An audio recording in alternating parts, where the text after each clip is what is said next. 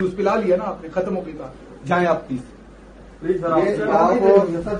मेरा वही बात थोड़ा सा है, इसको डॉक्टर साहब ये खत्म कर दें, फिर हम आपको नहीं करते। इस तरीके से करते हैं आप लोग।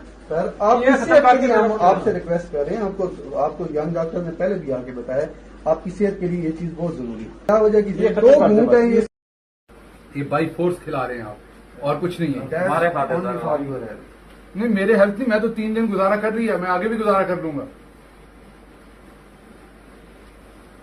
बस अब आप जाइए, मैंने आपसे वादा पूरा किया, आपने कहा था आप ये इसको छोड़ दें प्लीज बस। और अब मैं खुदा की कसम गले में उंगली डाल के उल्टी कर दूंगा अगर आपने मुझे और मजबूर किया।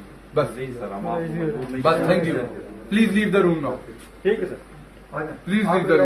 जूस पिला लिया ना आपने, खत्म हो गई बात। जाए आप प्लीज मेरा वही बात